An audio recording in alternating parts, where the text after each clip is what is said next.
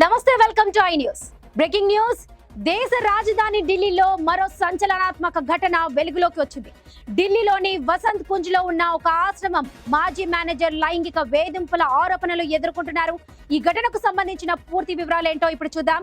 అసలు ఢిల్లీలోని వసంత్ కుంజ్ ఆశ్రమం మాజీ మేనేజర్ స్వామి చైతన్యానంద సరస్వతి అలియాస్ పార్థసారథిపై లైంగిక వేధింపుల ఆరోపణలు వెల్లువెత్తాయి.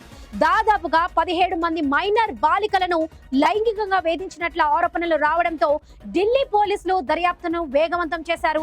ఇక నివేదించిన ఆరోపణల ప్రకారం ఈ నేరాలు చాలా సంవత్సరాలుగా జరుగుతున్నాయి. ఇది ఒక వ్యవస్థీకృత దుర్వినియోగానికి సంకేతం.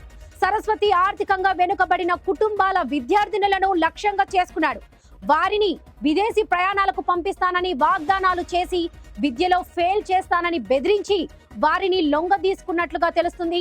ఇక ఈ వేధింపులలో రాత్రిపూట అసభ్యకరమైన సందేశాలు పంపడం కూడా భాగమనే ఆరోపణలు వచ్చాయి. అసలు ఈ కేసు దర్యాప్తులో 3 మహిళా వార్డెన్లు కూడా ఉన్నట్లుగా సమాచారం. వీరు బాధితులను భయపెట్టారని, అలాగే డిజిటల్ సాక్ష్యాలను నాశనం చేయడంలో కూడా పాల్గొన్నారని అనుమానిస్తున్నారు. పోలీసులు నిందితుడి వోల్వో వాహనాన్ని కూడా స్వాధీనం చేసుకున్నట్లుగా సమాచారం. దానికి నకిలీ దౌత్యపరమైన నంబర్ ప్లేట్లున్నాయి.